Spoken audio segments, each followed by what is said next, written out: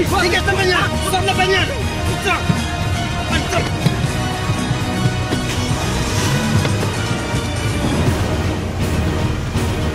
Oh. Ah putain, on a autre chose à foutre. Putain.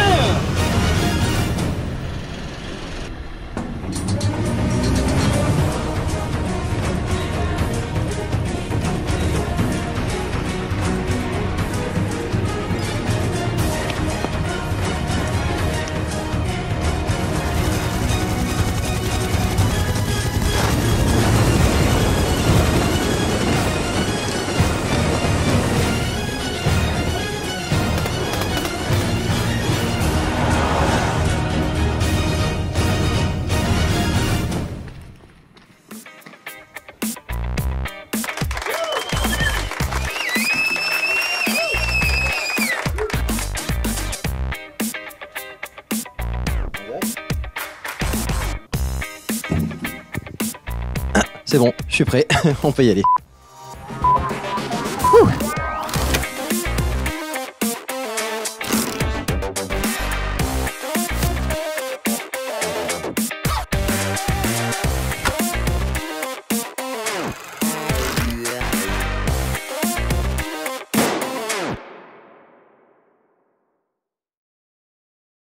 Bonsoir à toutes et tous, bienvenue sur le plateau d'Instant Court pour cette avant-dernière émission chaotique en direct du festival du court-métrage de Clermont-Ferrand, le 45e du nom.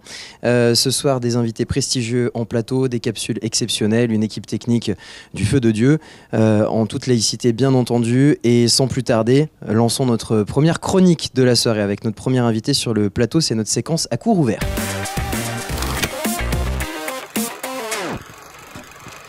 Ce soir, pour notre séquence à court ouvert, c'est Ulrich qui nous fait le plaisir de revenir sur le plateau pour poser les questions avec moi. Ça va, Ulrich ? Ça va et toi ? Ouais, tu passes un bon festival ? Bah ouais, jusque-là, c'est super. Jusque-là, tout va bien. Et pour cette première interview, nous avons le grand plaisir d'accueillir Arthur Thomas Pavlovski. Bonsoir et merci d'être sur notre plateau. Bonsoir, merci à vous pour l'invitation. Pour le court-métrage qui s'appelle La lutte est une fin. C'est ça. Qui est en compétition donc, sur le festival de Clermont-Ferrand. Ulrich, quelques mots sur le synopsis de ce cours. Ouais, alors bon, j'ai repris les mots du site parce que c'était tellement bien écrit que du coup... un jour d'été à Marseille, au sein de la bourse du travail transformée en arène de boxe, les boxeurs du collectif Boxe Massilia sont sur le point d'entrer sur le ring face à une foule en liesse. Et si à travers ce spectacle antique du combat au corps à corps, une autre lutte se jouait plus décisive et fondamentale? C'est beau ce que tu dis. Non, c'est pas toi qui l'as écrit. Alors, cessons tout ça. Première question par rapport à ce court-métrage. Donc, on l'a bien compris, on parle de boxe, on parle un peu de testostérone. On va y revenir. Première question. Bah, du coup, moi, je voulais savoir, en fait, comment est née, en fait, l'idée de ce projet. Parce que, bon, il y a un événement, du coup, qui est organisé par ce collectif de boxe, Boxe Massilia, à une date précise. Donc, tu devais déjà être au courant de ce qui allait se passer. Donc, comment est venue l'idée de ce projet ? En effet, j'étais au courant. Ça date, le début de ce projet date à peu près à septembre 2019 et correspond en fait à mon entrée au sein du master que j'ai fait en réalisation de films documentaires et où je devais trouver un sujet de film pour mon master. Et il se trouve qu'en parallèle de ça, j'avais très envie depuis un moment de faire de la boxe pour apprendre à me battre et à recevoir des coups parce que c'était quelque chose, on va dire le rapport à la violence, c'était quelque chose qui me figeait un peu, qui me faisait peur et pour autant je trouvais que c'était nécessaire de pouvoir le vivre et en faire quelque chose et du coup en fait à partir de ce moment-là je décide de prendre des cours de boxe et on me parle du collectif Boxe Massilia qui propose des cours de boxe au sein d'un centre social à l'époque à Marseille et qui fait des cours à prix libre du coup tous les vendredis. Et en fait je me rends du coup à un cours et là il y a tout de suite quelque chose que je trouve assez magique qui se passe dans ce lieu-là. C'est sur des tatamis, donc une salle de judo où il n'y a pas grand-chose quoi, et il y a je sais pas une cinquantaine de personnes quoi, donc beaucoup trop de monde pour l'espace, avec des jeunes, des moins jeunes. Et tout le monde apprend en fait à se frapper et à se faire frapper. Et du coup, il y a un vrai apprentissage de la violence, mais avec une vraie réflexion et un vrai espace de partage. Et donc il y a du sport, mais il y a aussi toute une réflexion d'accès au sport et de que faire de la boxe que je vois devant moi et qui me fait me dire que j'ai envie d'en faire un film.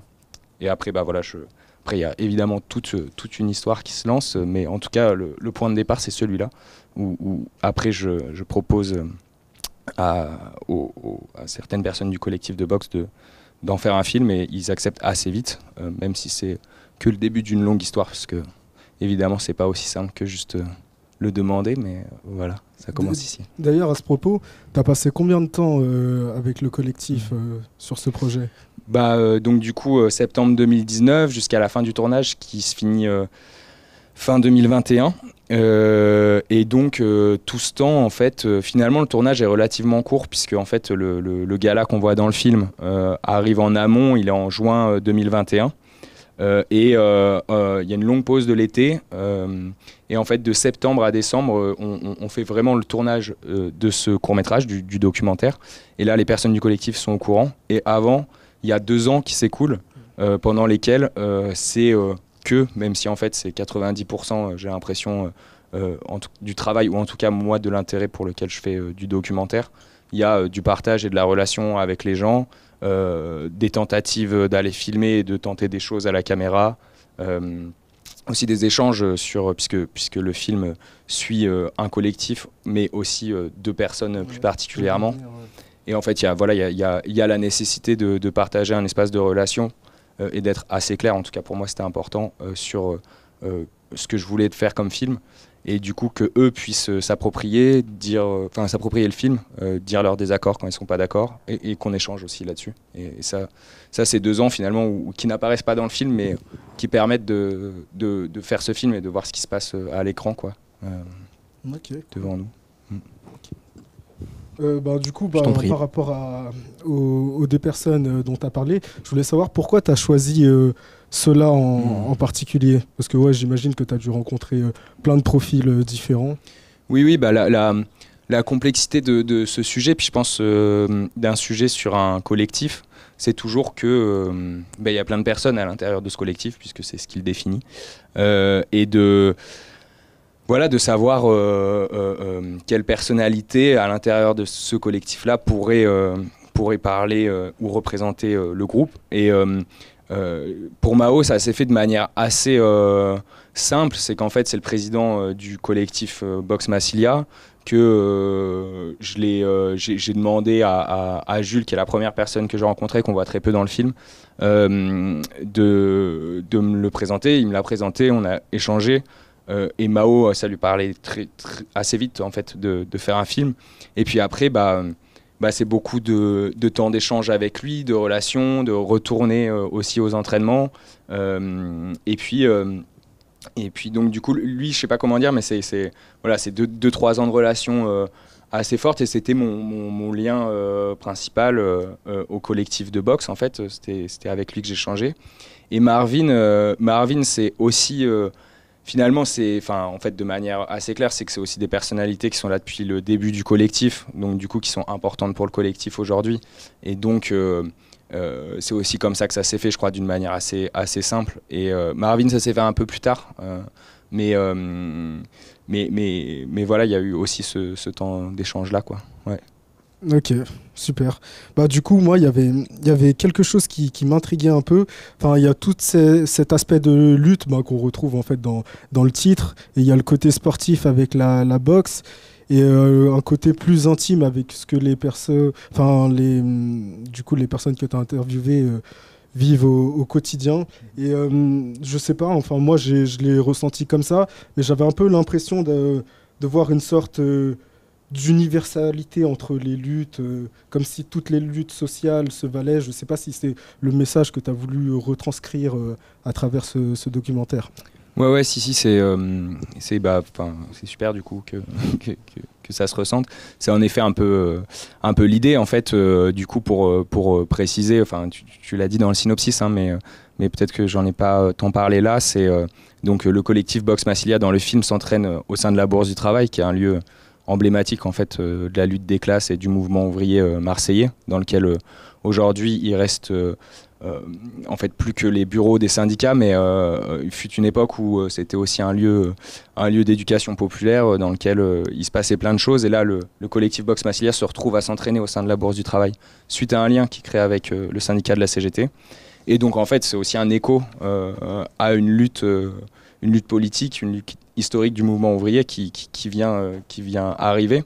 Et donc bon, la lutte politique s'exprime par le bâtiment en tout état de cause. Et puis par la suite, en effet, on fait le récit aussi d'une lutte intime qui est ce rapport à la boxe des personnes et de Mao et Marvin, pour qui en fait ça a joué un rôle fondamental pour pouvoir s'affirmer en tant que ce qu'ils sont. Et puis en fait et puis évidemment une lutte physique, puisque en fait tout le film aussi, toute la construction du film, on l'a pensé comme étant comme le récit de l'apprentissage d'un cours de boxe. En fait, donc du coup il y a vraiment cette idée que dans les entraînements de boxe qu'on voit, on part du geste qui démarre et qui est très imprécis jusqu'à l'apprentissage final de savoir ce que c'est que se battre. Et on se rend bien compte que c'est quelque chose qui est hyper compliqué de dompter son corps pour réussir à avoir le geste parfait, quoi. Et eux le défendent aussi vraiment comme un art, comme une façon de vivre, quoi, un peu. D'ailleurs, Mao, à un moment, le dit un peu dans le film, et il y a un peu une scène autour de ça. Et on pourrait presque croire que c'est caricatural, mais en fait, il y a un vrai enjeu là-dessus, et souvent les personnes qui font de la boxe sont des personnes qui ont des choses à revendre sur le ring, quoi, à exprimer. Et c'est le cas de Mao et Marvin. Et c'était aussi le sens que je voulais dans les paroles, c'était de ne pas me limiter à juste au corps qui se battent, mais aussi au fait de dire qu'en fait, eux, leur apprentissage de la boxe, il est politique, et ils le conscientisent, ils en parlent, et ils le revendiquent aussi. Et du coup, c'était important qu'ils aient la parole pour dire, c'est pas juste des personnes qui apprennent à se battre, c'est aussi des personnes qui conscientisent ce que c'est et ce que ça veut dire que de se battre. C'est super clair. Moi, c'est un des passages que j'ai le plus aimé, justement, où il parle d'eux. Pour revenir justement à ce que tu as dit au sujet de la lutte, je pouvais pas m'empêcher de faire un parallèle avec ce qui se passe actuellement. Voilà, on sait qu'il y a des manifs dans tout le pays contre la réforme des retraites. Est-ce que toi, tu fais un peu un pont entre l'œuvre que tu as réalisée et ce qui se passe actuellement dans Marseille, 200 000 manifestants, hein, donc cette lutte politique, elle est bien là, elle est toujours là. Ouais. Oui, puis elle en est sûrement qu'à ses débuts. Un pont, oui, bien sûr, mais ne serait-ce que, en fait, c'est assez drôle, je sais pas, peut-être cynique, mais dans le film, il se trouve qu'il y a des plans aussi de la Bourse du Travail avec cette idée du relais de l'histoire qui est bien là. Et à un moment donné, je m'en suis rendu compte, en fait, en revoyant le film dans la salle Cocteau mardi. Il y a un plan où on voit les affiches du mouvement contre la réforme des retraites, mais celle avant le Covid, donc je sais plus si c'est fin 2019, quoi, quelque chose comme ça. Ouais. Et en fait, on voit des affiches pour la retraite à 60 ans, et du coup, là, c'était marrant parce qu'il y a eu un peu un rire dans la salle en mode c'est drôle, ça n'a pas bougé depuis 2 ans, ou du moins la lutte reprend, quoi. Et oui, bien sûr, en fait, oui, c'est un film.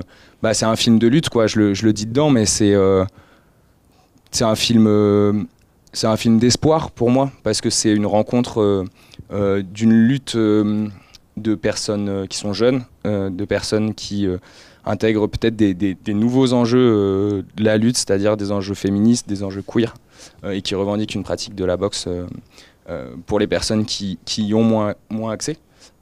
Et du coup, c'est un film d'espoir, parce que moi j'ai l'impression de voir dedans que c'est aussi des nouvelles luttes qui entrent en résonance avec des luttes qui sont anciennes. Et donc du coup, il y a une rencontre qui se fait, et du coup, voilà, tout ça pour dire que ça fait peut-être rebondir un espoir aussi avec le fait de voir du monde dans la rue, et espérer que forcément je suis pas neutre là-dedans, et si je fais le choix de ce sujet, c'est aussi que les luttes syndicales me parlent, et donc du coup... Ok, voilà. Cool. Et du coup, pour venir à des aspects un peu plus techniques, moi, il y a un plan où on voit un tableau qui m'a beaucoup fait penser à celui d'Eugène Delacroix, La liberté guidant le peuple. Alors, je sais pas du tout si si c'est vraiment fait exprès ou si c'est rien à voir. Enfin, est-ce que tu pourrais nous en parler? C'est pas fait exprès. D'accord. Ok. Et ça tombe bien. Mais par contre, c'est intéressant d'en parler. En fait, la Bourse du Travail, du coup, elle est, en tout cas à Marseille, elle est imprégnée, elle est hyper impressionnante. C'est un grand bâtiment très carré, un peu style qu'on pourrait se faire URSS, quoi. Mais en fait, il est blindé de références et artistiques et politiques. Et donc devant, il y a des grosses gravures qui représentent des dockers d'un côté, et puis le travail, il me semble, si je dis pas de bêtises, d'une personne paysanne de l'autre. Et à l'intérieur, dans une salle, la salle Jaurès, si je dis pas de Ouais, je bêtises, crois que c'est ça. donc qui est là où se passe le gala de boxe, il y a cette grande fresque dans une salle de réunion où on voit une personne qui se libère de ses chaînes, et puis le travail des ouvriers qui portent des pierres ou des choses comme ça. Donc du coup, on en fait l'interprétation qu'on veut, mais sûrement que c'est une libération du prolétariat ou quelque chose comme ça, quoi. Ouais. Et moi, je voulais faire rebondir en fait et cette histoire-là et ce que mettait en place le collectif de boxe. Et du coup, cette fresque, c'est l'écho. Oui, c'est l'écho. En plus, cette fresque arrive juste après en fait le récit de Mao, qui explique pourquoi est-ce qu'il en est venu jusqu'à devoir, et c'est aussi ça qui est important, jusqu'à devoir se défendre, parce qu'il fait récit d'une agression sexiste. Et du coup, derrière, il y a le tableau qui évoque aussi de cette libération des chaînes. Et c'était un rebond aussi pour moi, quoi. C'était un rebond de l'histoire, c'est-à-dire la lutte, elle est constante en fait. Ouais, toujours présente, elle est toujours présente. Ouais. Ok. Ulrich, une dernière question. Ok. Le temps file déjà. Ok, du coup, c'était par rapport aux habitants du foyer Adala Zocola, c'est ça? Adoma Zocola. Ah, ok, bon, oui. rien à voir. non.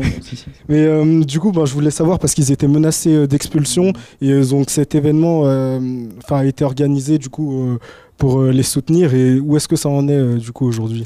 Alors, je serais je risque d'être trop imprécis pour pouvoir me faire vraiment le relais. Ce que je peux, simplement de ce que je peux dire, c'est que suite à donc en fait, c'était le comité chômeurs et précaires qui soutenait la lutte du foyer Adoma Zocola, et le gala de boxe se faisait en soutien à l'action du comité chômeurs et précaires pour les soutenir, quoi. Et du coup, il y a de l'argent qui a été récolté pour soutenir la lutte. Je sais que suite à ça, il y a eu plusieurs mobilisations et des échos dans la presse. Il me semble qu'ils sont toujours en lutte, mais qu'ils ont eu aussi des victoires. Mais ça, faudrait pousser un peu plus loin, et j'ai peur de dire des bêtises. Ok, si c'est pas réglé, on leur donne tout notre soutien. Ouais, carrément. Bon, désolé s'il y avait encore plein d'autres questions. C'est un cours extrêmement intéressant qu'on vous recommande chaudement d'aller voir en salle sur le festival du court-métrage de Clermont-Ferrand. Merci Arthur Thomas Pavlovski d'être venu sur notre plateau pour nous en parler. Donc la lutte est une fin à retrouver dans les salles obscures sur ce festival du court-métrage de Clermont-Ferrand. Merci Ulrich pour les questions. On va retrouver maintenant notre ami Lorenzo sur notre espace duo pour une chronique chasse à court.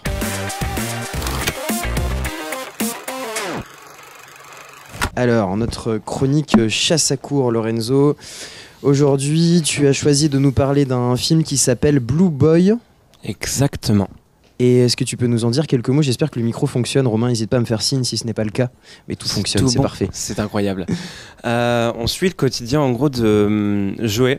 Il a 22 ans et c'est un influenceur bodybuilder. Il passe ses journées à la salle. Il est vraiment passionné par ça. Et il fait des vidéos un petit peu pour pousser les gens à se motiver un petit peu. Il veut faire des compétitions de culturisme, mais il n'y arrive pas. Et en gros, il n'arrive pas à atteindre ses objectifs réellement, et il commence à doucement se mettre aux anabolisants, donc aux produits dopants, pardon. Et du coup, ça fait on suit un petit peu sa descente un petit peu dans une sorte d'addiction des anabolisants, et on voit un petit peu son état se détériorer un petit peu petit à petit. Voilà. Alors, ce court-métrage, je crois savoir que le travail de composition sur les plantes a notamment particulièrement intéressé. Est-ce que tu peux nous en dire quelques mots? Exactement. En fait, sur les plans, c'était des plans très basiques quand même, mais qui donnait un truc de simple et efficace un petit peu. C'était Un montage cut, quoi. C'est ça, C'est ce que tu veux exactement. dire, ouais. C'est, par exemple, je me rappelle de la toute première scène du film, la toute première séquence, c'est lui sur. Il est à la salle justement et il est sur une machine de cardio qui est des sortes d'escaliers. Et on le voit un petit peu capuché, et on le voit un petit peu comme s'il doutait un petit peu de ses capacités, de ce qu'il avait à faire ou de sa place un petit peu. Et du coup, l'image, ça donnait un petit peu, enfin, c'est l'image un petit peu qui donnait ça, je trouve. Donc, c'était pas mal, mais même dans tous les plans un petit peu, voilà. Et sauf les plans aussi, il y a plein d'aspects dans le film qui étaient poussés un petit peu dans l'humour, qui étaient un petit peu poussés dans l'humour. Comme dans Instant Court. Exactement. Qui était Ouais, maintenant, on a des petits jingles pendant l'émission. Ouais. J'adore, Eh ouais. c'est incroyable. Ouais, pour en revenir à ça, il y a pas mal de... Vous m'avez perdu. Donc, il y avait pas mal de plans poussés sur l'humour, portés sur l'humour. Exactement. Et en gros, il y a plein de moments où est-ce que il a un côté famille qui ressort beaucoup. Il y a sa mère, il y a son... Je crois pas avoir vu son père dans le film, mais il y a sa mère beaucoup qui ressort. Et il y a ce côté très maternel, très maternaliste qui arrive et qui fait On suit le côté en gros très mal alpha du gars, et il y a une douceur qui vient, qui est démesurée comparée à la virilité un petit peu démesurée aussi. Du coup ça donne un contraste assez drôle, et je l'ai vu en salle, et du coup en fait il y avait pas mal de gens qui rigolaient dans la salle, c'était ultra drôle, et On le recommande chaudement, quoi. Exactement. Si jamais vous aimez tout ce qui est de délire un petit peu muscu, en salle, je vous le conseille vivement. Voilà. Bon, eh ben, c'est l'occasion pour mon petit frère d'aller voir un film ce week-end à Clermont-Ferrand. Je te salue, Léo. Eh bien, on recommande donc Blue Boy, un court-métrage que vous pourrez retrouver dans les salles de Clermont-Ferrand sur ce festival du court-métrage. Merci Lorenzo d'être venu sur notre plateau nous en parler. Reportage, maintenant, c'est notre séquence visite de courtoisie. Aujourd'hui, on va parler un petit peu de cuisine, vous allez voir.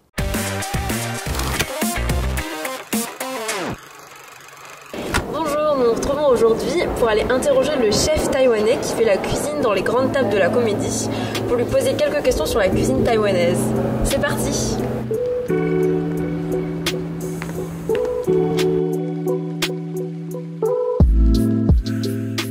Ok, bon, je m'appelle Andy, comme les chansons. Andy, dis-moi oui. Je suis arrivé en France en janvier 2017. Du coup, je fais mes études à l'Institut Paul-Bocuse à Lyon.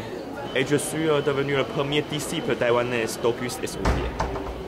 Et après mon diplôme, je suis devenu un chef cuisinier sur Lyon. Et puis pâtissier pour développer des compétences plus larges. Et en parallèle, je lançais mon activité en tant que chef privé. Quels sont les basiques de la cuisine taïwanaise? Pour moi, la cuisine taïwanaise est très difficile à définir car on a une riche culture entre les peuples indigènes, la colonisation par le Japon pendant 50 ans, aussi les Pays-Bas et l'Espagne, et l'influence des États-Unis après la guerre et la migration depuis la Chine. Ça nous permet d'avoir un style de cuisine très varié, et sur notre île, une grande île, nous avons beaucoup de très bons produits. Ensuite, c'est beaucoup plus sucré que le nord. Okay. Parce qu'avant, en sud-ouest, ouais. Il y a une ancienne capitale qui s'appelle Tainan. Tainan, avant, c'est une capitale qui produit beaucoup de sucre canne. Sur mon menu, on trouvera le vermicelle vegan qui vient du nord de Taïwan. Déjà, ça, c'est l'autre ville qui s'appelle Hsinchu.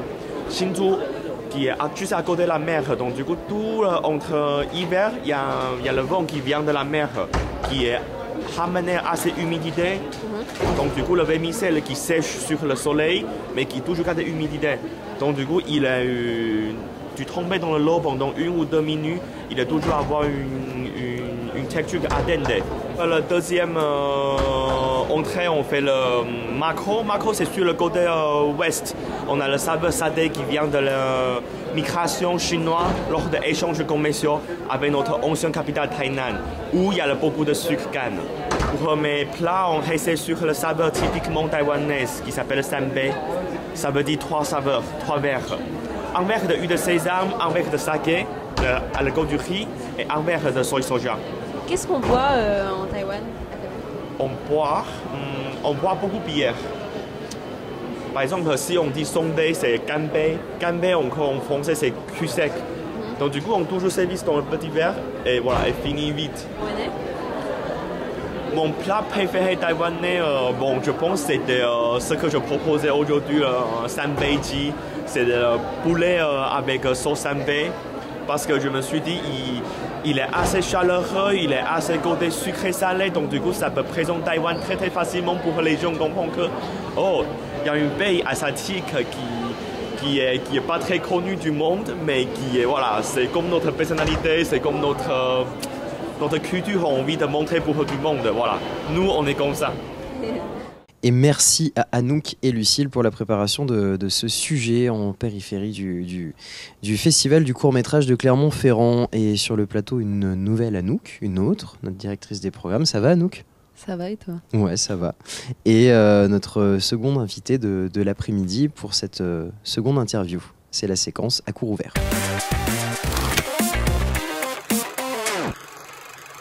Notre second invité, je le disais, il s'agit d'Adèle Soufiane. Bonsoir et merci d'être sur notre plateau. Pour un court-métrage qui s'appelle Le jour où j'étais perdu, dont Anouk va nous dire quelques mots. Le jour où j'étais perdue, ça met en parallèle, on va dire, 2 dimensions, 2 échelles très différentes. D'un côté, la sonde Voyager s'apprête à être envoyée hors du système solaire. Et d'un autre côté, le personnage principal, Alain Zhou, lui s'apprête à entamer un nouveau travail. Donc on voit son premier jour de travail. Et la sonde, comme le personnage, s'apprête à voler vers l'infini. Vers l'inconnu en tout cas. Donc voilà. Alors, ce film, parlons-en. Première question. J'ai trouvé que ce film, il était pas très bavard dans le sens où il n'y avait pas beaucoup de dialogue et du coup ça appelait beaucoup de spectateurs à interpréter. Et du coup je me demandais d'abord pourquoi ce parallèle assez original entre le premier jour d'un travail, quelque chose de très terre à terre, et l'espace en fait. Enfin, pourquoi le choix de l'espace? Est-ce que c'est une passion que vous avez ou est-ce que pour vous c'était juste le meilleur prétexte pour parler de l'inconnu en fait? Ça a été un cheminement qui a été assez long, ce projet. Ce projet part d'une histoire réelle, d'une anecdote. Donc, un jour, j'étais étudiant et un designer diplômé est venu nous parler du design, mais il nous a parlé de sa première semaine de travail. Et donc, il s'avère que ce designer était d'origine africaine, il était noir. Et il nous a raconté que lors de son premier jour de travail, il a été pris pour quelqu'un d'autre, en fait. Et j'ai un peu avancé avec cette histoire-là, ce récit, et il fallait pour moi, pour donner de l'ampleur et dépasser la simple anecdote, aller au-delà. Et en 2018, la sonde Voyager, qui est un programme spatial conçu par la NASA, a quitté le système solaire. Donc 2 sondes jumelles ont été envoyées à quelques mois d'intervalle. Et l'humanité, d'une certaine manière, a franchi par le biais de cet objet une étape assez cruciale. Et il m'a semblé intéressant de mettre en parallèle, en perspective, 2 parcours. Le parcours d'un homme qui est designer et qui vient apporter une vision de l'entreprise et de l'humanité en plein bouleversement, et la trajectoire de cette sonde. Voilà. Ok. Et du coup, vous avez un attrait particulier pour tout ce qui est futuriste, même les technologies, parce que vraiment dans le film aussi, au niveau de l'automobile, il y a vraiment des scènes hyper esthétiques, mais même les machines, comme elles sont filmées.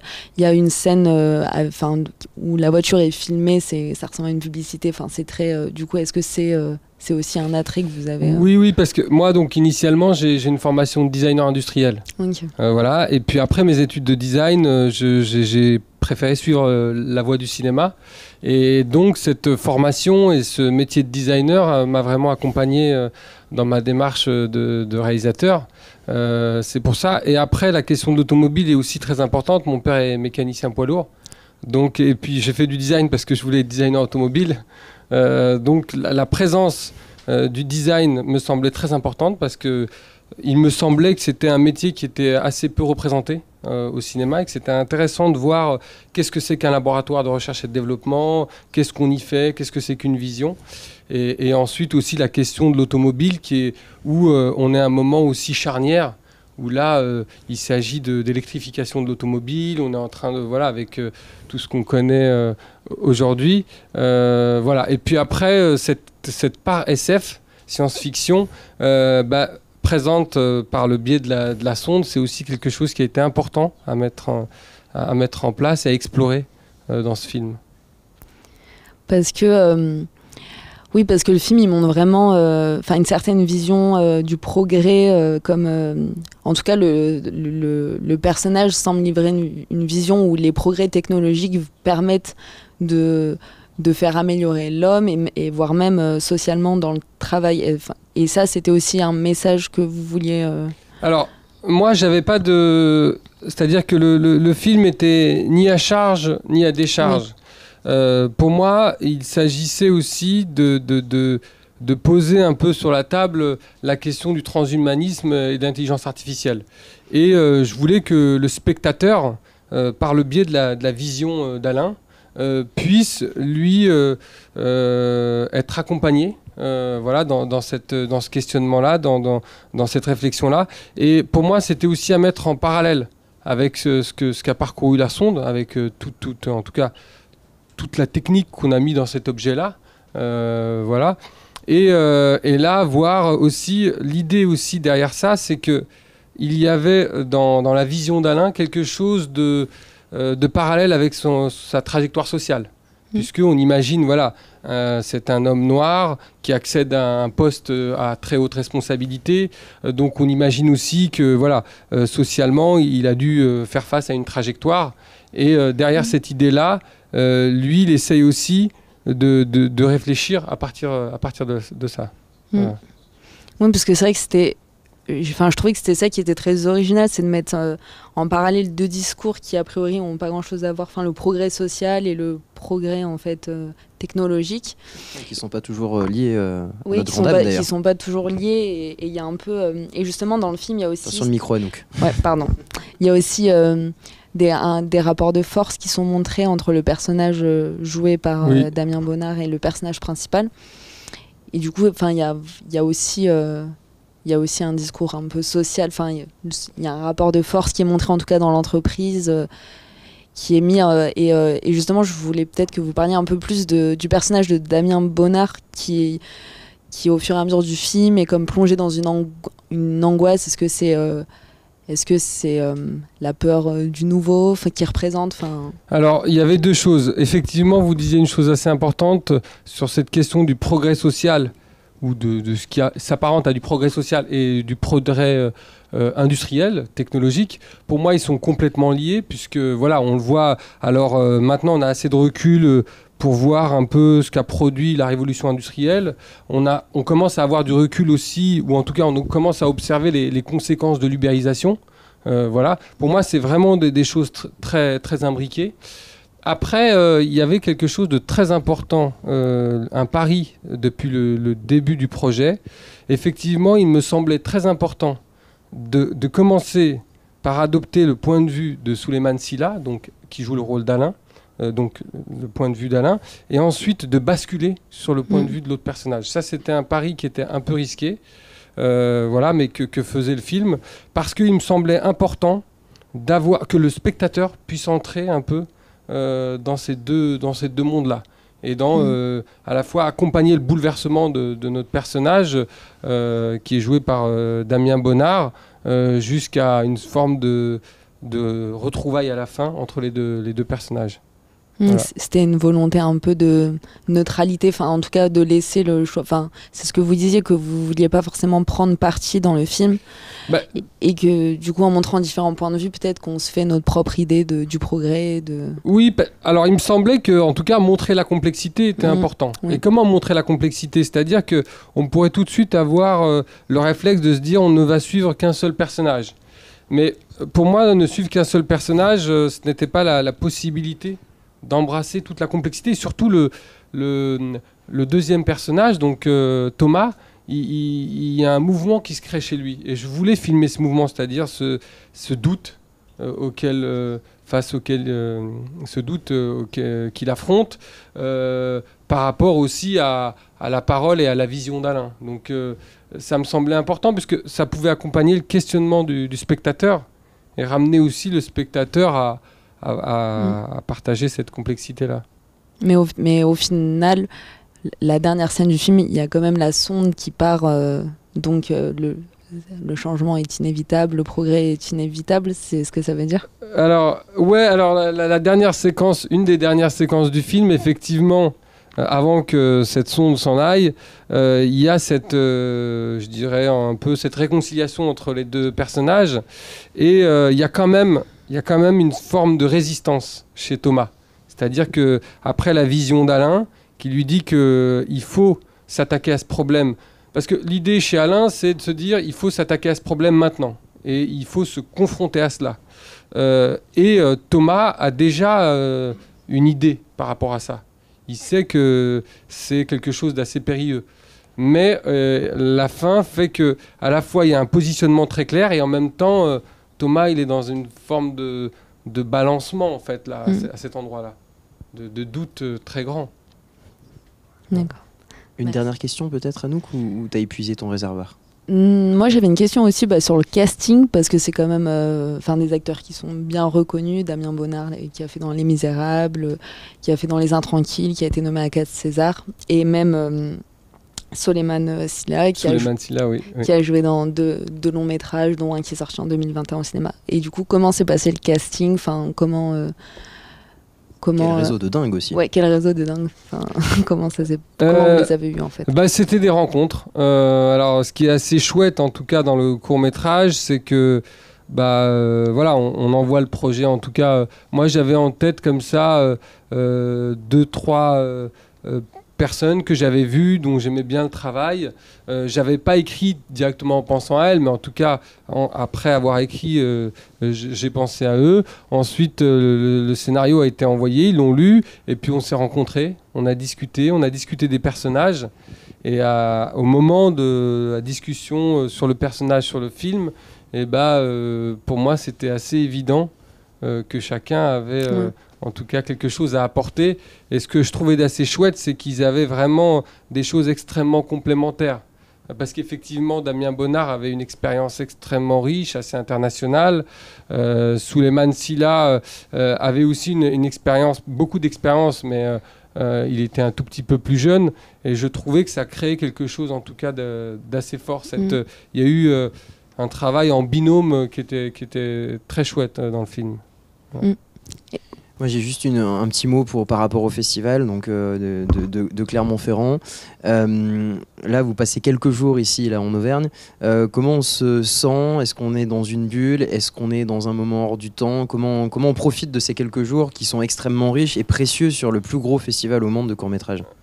C'est assez chouette d'être là. Moi, c'est la 3e fois que je suis là. Clermont-Ferrand, il y a quelque chose d'assez affectif parce que mon premier court-métrage, c'était en 2004. Voilà, et il a été montré à Clermont-Ferrand alors que c'était un court-métrage autoproduit. Et je suis très heureux d'être là parce que je trouve qu'à Clermont-Ferrand, il y a quelque chose de très éclectique dans les spectateurs. On a à la fois un public professionnel, on a aussi des écoles, et puis on a des passionnés. Et moi, je trouve ça assez fort, en tout cas. Voilà. Bon, ben, on essaye de contribuer nous aussi à cet écosystème qui favorise aussi le cinéma indépendant, dont le court-métrage fait pleinement partie.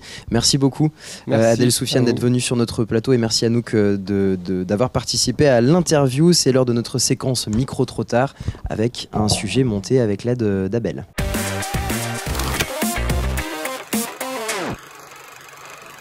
C'est du direct. Ouais, c'est ton jour de gloire, profites-en hein. C'est la seule fois de ta vie où quelqu'un va te proposer de passer à la télé parce que sinon... Alors, les bruitages sont incroyables. Ouais. Monsieur est ingénieur du son. Ah, c'est pour ça. Alors vas-y, un autre bruitage, vas-y. Voilà, donc ça c'est les bruitages, donc c'est du cinéma français, on le rappelle, c'est pour ça que c'est de la merde.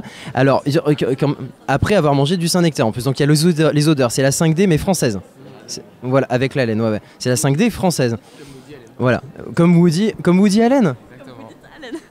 Comme vous dites, Allen. Ah ouais, c'est pas mal ça. On est sur le stand de l'agence du cours. Bonjour madame. Et voilà. Non mais ça c'est quand on prend les gens de cours, ils font des conneries hein. Tu me fatigues Evan. Tu joues la marionnette, un remake des Teletubbies crossover le chapeauté, c'est un peu bizarre. Comment tu t'es approprié ce rôle? Ciao. Non parlo italiano ma amo la carbonara, la pizza, la pasta, la mozzarella, la mortadella, gli arancini e soprattutto Monica. E tu? Monica anch'io.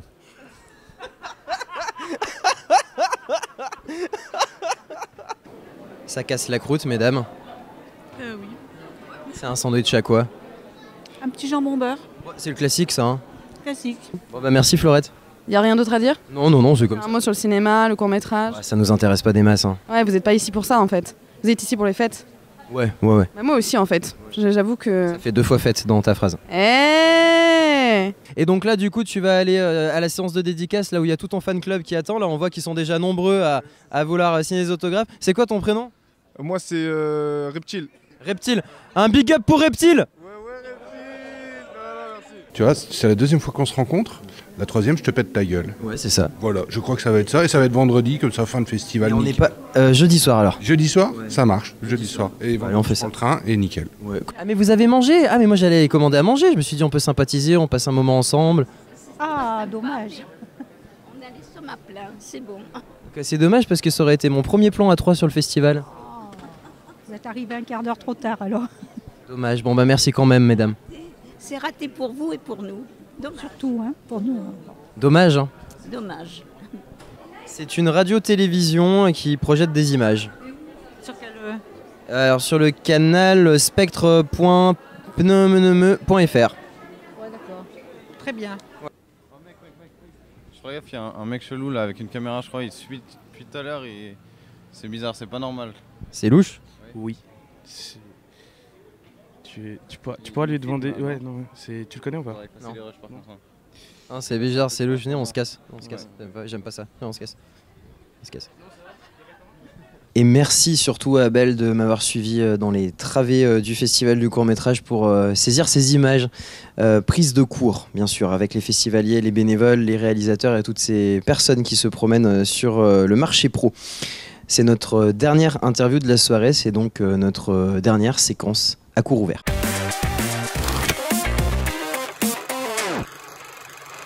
Sur mon plateau, je retrouve une deuxième Anouk. Voilà. Bonjour. Bah oui, bienvenue à nouveau à toi. Et puis notre dernier invité de la soirée, il s'agit de François Robic. Merci d'être sur le plateau d'Instant Court pour nous parler d'un court-métrage qui s'appelle Rien d'important. Et pourtant, vous allez voir qu'il y a quand même pas mal de choses intéressantes à dire sur ce cours, malgré le titre qui pourrait permettre de faire quelques petites blagues. Anouk, est-ce que tu peux nous dire quelques mots sur le synopsis? Oui, ok. Alors, du coup, c'est l'histoire de 2 jeunes filles, 2 adolescentes plutôt, jeunes filles non, mais 2 adolescentes, et donc elles sont cousines. Et l'une va rendre visite à l'autre. Et elles vont passer des moments à... Elles vont passer un moment à travailler avec le père d'une des 2 en tant qu'éboueuse. Et en fait, elles vont décider de se barrer pendant 24 heures pour pouvoir faire ce qu'elles ont envie. Et donc, et c'est là où elles vont pouvoir du coup réfléchir sur plein de questions existentielles en vrai, en soi, entre guillemets. C'est un beau résumé, voilà. Cru. Oui. Ouais. Première question, Anouk. Du coup, pour ma première... Micro. Mais déjà, j'ai décrit mon papier. Et du coup, on n'entend plus. Alors, donc, du coup, pour... On n'entend plus. Pardon, excusez-moi. Vous avez choisi le métier d'éboueur pour représenter la solitude ou pas? Parce que dans ce métier, souvent, on a des horaires décalés qu'on on n'est pas dans la vie active de tous les jours, quoi. Enfin, je veux dire... Oui, ouais. Non, j'avais pas tellement pensé pour ça. En fait, quand j'étais plus jeune, parce que du coup, je suis originaire des Pyrénées, donc j'ai grandi dans le village en fait dans lequel j'ai tourné le film. D'accord. Okay. Et là, je faisais des boulots d'été pendant mes études, quoi. Et une année, j'avais fait 1 mois aux poubelles. Et en fait, j'avais trouvé... Enfin, je m'en étais pas rendu compte à l'époque, mais rétrospectivement, je me disais que c'était quand même un environnement assez particulier, qu'on n'avait pas vu dans beaucoup de films. Et puis filmer le camion, c'est un camion avec des mécanismes assez marrants. Il y a un truc un peu de jeu de Lego que je trouvais drôle, quoi.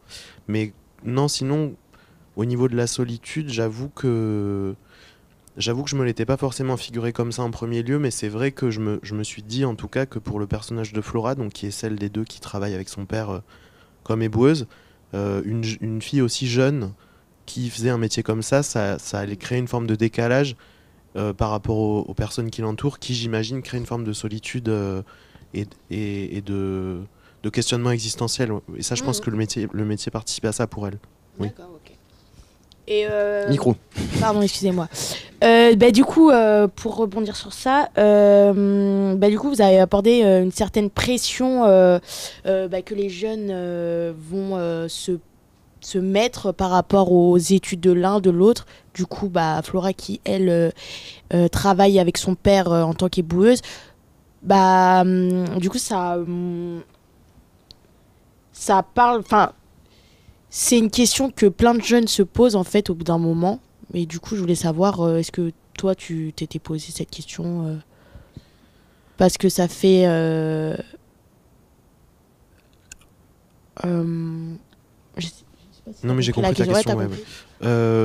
En fait, moi, je suis pas sorti du système scolaire pendant mes études comme c'est le cas de Flora dans le film. Donc, j'ai pas été dans une position où je me suis posé ce genre de questions. Après, forcément...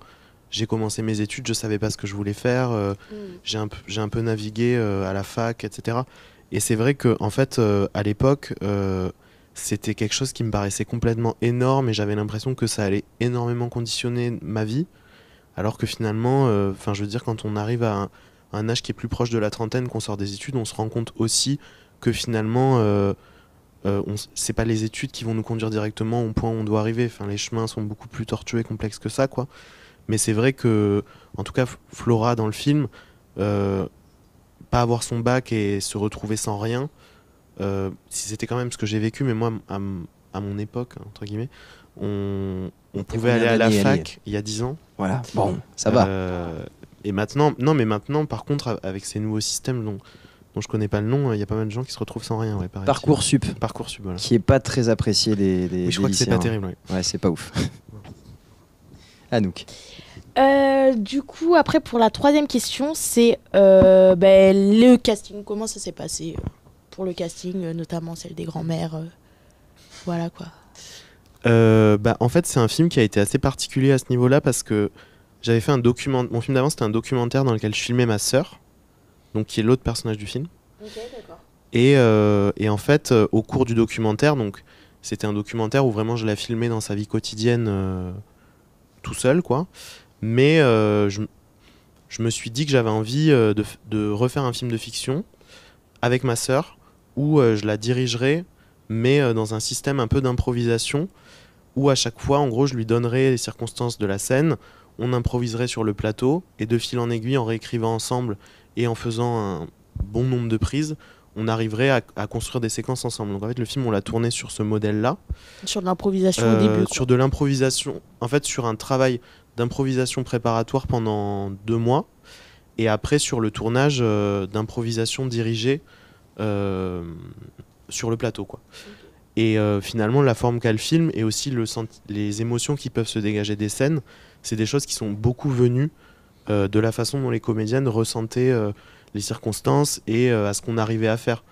Mais en fait, tous les personnages du film ont leur propre nom, jouent des rôles qui sont pas très éloignés d'eux. Par exemple, donc Flora, celle qui travaille aux poubelles, c'est son père qui joue son père, qui lui-même est éboueur et était mon collègue quand je travaillais aux poubelles. La grand-mère, c'est ma grand-mère, avec sa voisine. Voilà. Okay, ouais, le casting a été évident. C'est un non-casting en fait. Voilà. D'accord. Bon, bah, c'est cool. Sauf pour la dame qui chante dans la voiture. Ah oui, à la fin, Voilà. ok, d'accord. Mais du coup, c'est la mère de... C'est la dame qui la ramène dans un blablacar, quoi. Ouais, ok, d'accord. Ouais. Okay. Mais on peut croire que c'est sa mère, enfin, Ouais, c'est pas une question. J'ai pensé ça. C'est pas dérangeant. Anouk, si tu arrives à garder le micro comme ça plus de 30 secondes, tu Ah, là, gagnes quelque chose. une- Tu gagnes quelque chose, Ok, ok. je t'assure. Je te dis pas quoi, c'est une surprise, et tu remportes un gros lot. Du coup, T'as voilà. la pression là. Hein. C'est bon là ou pas? Ouais, c'est pas mal. Du coup, plus cinquième maintenant. question. Vous avez choisi de tourner à la campagne. Ah, tu vois, ça marche plus là. Micro Pardon. menton. À la campagne. Du coup. À la montagne. Ah oui, à la montagne, oui. Mais du coup, c'est un village. Ok. Et du coup, est-ce que c'était pour représenter un peu, pas l'ennui, mais l'ennui des jeunes, des grands adolescents à la campagne, À la montagne. à la montagne, oui. Moi j'ai toujours tourné mes films là-bas parce que je suis originaire de là-bas et que c'est un endroit dans lequel je me sens bien pour travailler, aussi qui m'inspire en général les scénarios que j'écris. Après, je trouve que dans le film il y a quand même c'est une vraie question, le fait en fait d'aimer vivre dans un endroit qui est pas forcément un endroit fait pour les jeunes, un endroit où il n'y a pas beaucoup de choses qui sont faites pour que les jeunes restent, d'être profondément attaché à ce village de montagne, mais en même temps de se rendre compte qu'à un moment donné, il va falloir peut-être en partir. Et c'est une question en fait pour celle qui reste y travailler, mais aussi pour celle qui en est partie. Donc je pense qu'il y a un dialogue en fait entre ces deux polarités-là qui existent, qui sous-tend le film et qui sous-tend les rapports entre les personnages. Après, moi je crois pas qu'on s'ennuie plus. En fait, je pense que les personnages du film, ils ont un ennui qui est finalement assez existentiel, qui est un ennui d'adolescent. Et je suis pas certain que ça soit dû au fait forcément qu'ils vivent dans un endroit tel que celui où ils vivent, quoi. Moi, j'ai pas l'impression qu'on s'ennuie plus dans un village à la montagne qu'à Paris. Et au-delà de ça, les images en plus sont belles. Hein. Enfin, pour le coup, dans le film, par contre, elles les sont très paysages belles, sont importants aussi. Bah oui, et puis c'est aussi un lieu qu'on habite de façon particulière, quoi. La montagne, quand on y vit et quand on y travaille aussi, c'est parce que je pense qu'être éboueur vers chez moi, c'est quand même vachement plus sympa qu'être éboueur dans le 18e arrondissement de Paris, quoi. Ne serait-ce que pour les paysages qu'on traverse pendant la tournée, quoi. Voilà. Ok, du coup, c'était par rapport à l'esthétique et toi, tu préférais... parce que t'as vécu là-bas, quoi. Oui, j'ai vécu là-bas et puis c'est oui, en fait, c'est un peu quelque chose que j'ai tout le temps fait sans jamais trop questionner, quoi. Voilà. Ok. Une dernière question, Anouk. Dernière question, du coup, est-ce que tu es content de ton film, du rendu de ton film? Est-ce que tu t'attendais à ça ou est-ce que c'était ça que tu projetais dans ta tête? C'est un film, oui, dont je suis content, mais qui m'a réservé quand même vraiment des surprises au cours du processus de tournage à cause de la façon dont ça s'est fait avec les comédiennes et aussi qui a demandé quand même vraiment un travail de montage assez conséquent parce qu'il y avait beaucoup de matière, parfois des séquences comme elles étaient improvisées, on pouvait avoir elles pouvaient raconter tout et son contraire. Donc c'était un film hyper qui s'est fait dans des conditions hyper simples, mais qui en même temps était très compliqué et très formateur pour moi, quoi. Voilà. Moi, j'avais une question justement par rapport à ça et pour rebondir sur ce que tu disais tout à l'heure sur le parcours. On se figure souvent que les études vont avoir des conséquences énormes sur notre parcours. C'est quoi, toi, ton parcours de réalisateur ou justement avant de devenir réalisateur? Quel est un petit peu ton parcours pour que les jeunes qui nous regardent sachent comment t'en es arrivé là à faire des films et à te retrouver aujourd'hui en compétition à Clermont-Ferrand, qui est quand même incroyable? Moi, j'ai fait d'abord des études d'art. C'est pour ça que je suis monté habiter à Paris, parce qu'il n'y avait pas de formation vers chez moi, il n'y avait pas de formation qui a voulu de moi aussi, plus près de chez moi. Et après, j'ai passé le concours de la FEMIS en section décor. Ouais. Donc j'ai d'abord en fait commencé à faire du décor, qui était quelque chose qui en fait, pour moi, me permettait de travailler dans le cinéma, parce que ça m'attirait, mais en même temps en mobilisant des compétences qui étaient les miennes de dessin et du coup le décor, quoi. Et après, c'est vraiment au cours de ma scolarité à la FEMIS que je me suis rendu compte que j'avais envie de faire des films. Et finalement, j'ai plutôt réalisé que fait du décor. Et aujourd'hui, je suis sorti il y a 3 ans. Et maintenant, je fais que mes films, quoi. Voilà, l'histoire d'un parcours. Mais c'était un parcours sinueux, quoi. Oui, mais c'est aussi la richesse des parcours, et de toute façon on a tous des parcours un peu originaux, et c'est ce qui fait la richesse des créations. Ensuite, merci François Robic d'être venu sur le plateau d'Instant Court. Et merci Anouk d'avoir posé toutes ces questions. C'est l'heure de notre dernière chronique de la soirée dans Instant Court, c'est le moment court-circuit.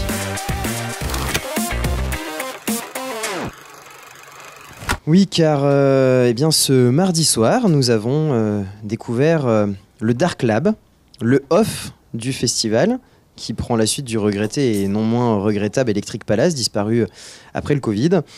Avec un petit pincement au cœur, nous avons découvert notre ancien plateau, entièrement redesigné, alors avec des petites lumières qui vont bien, de la musique et surtout de la bière. Alors vraiment des bières exceptionnelles, attention à consommer avec modération. Et ce soir, alors, c'est scène ouverte sur la petite estrade du Lieu-dit, c'est le nom de cet espace.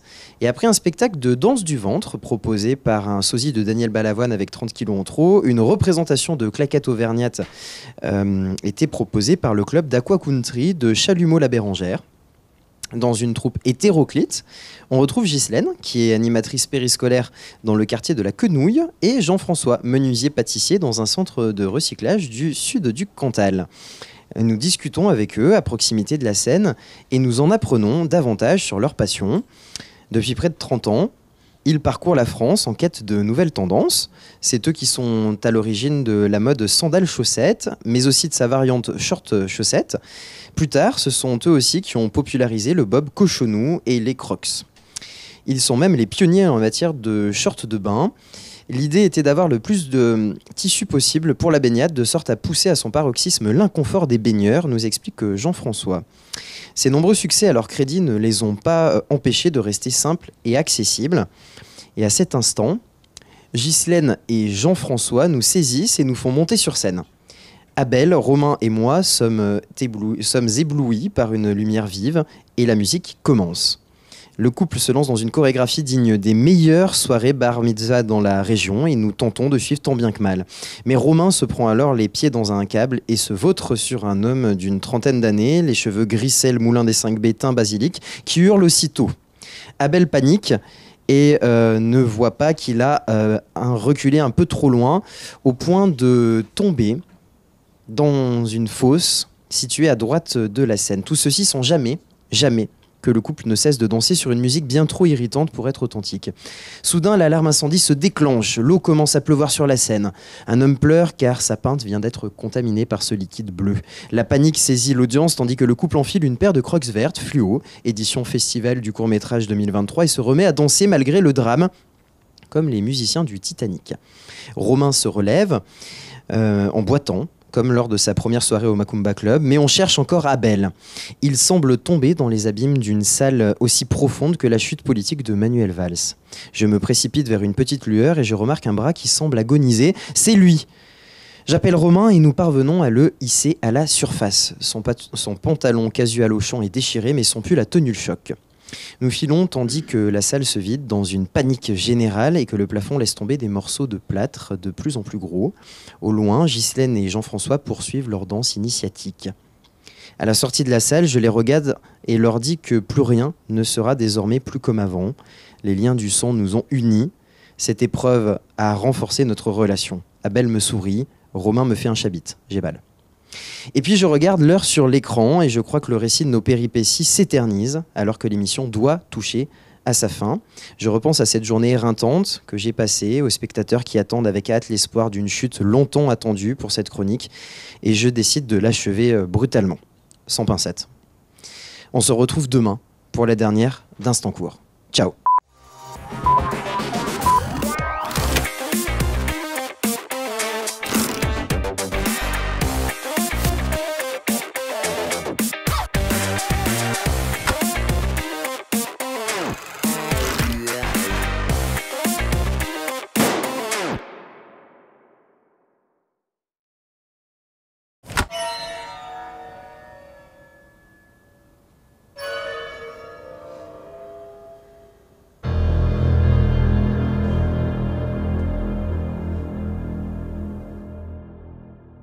Explosion!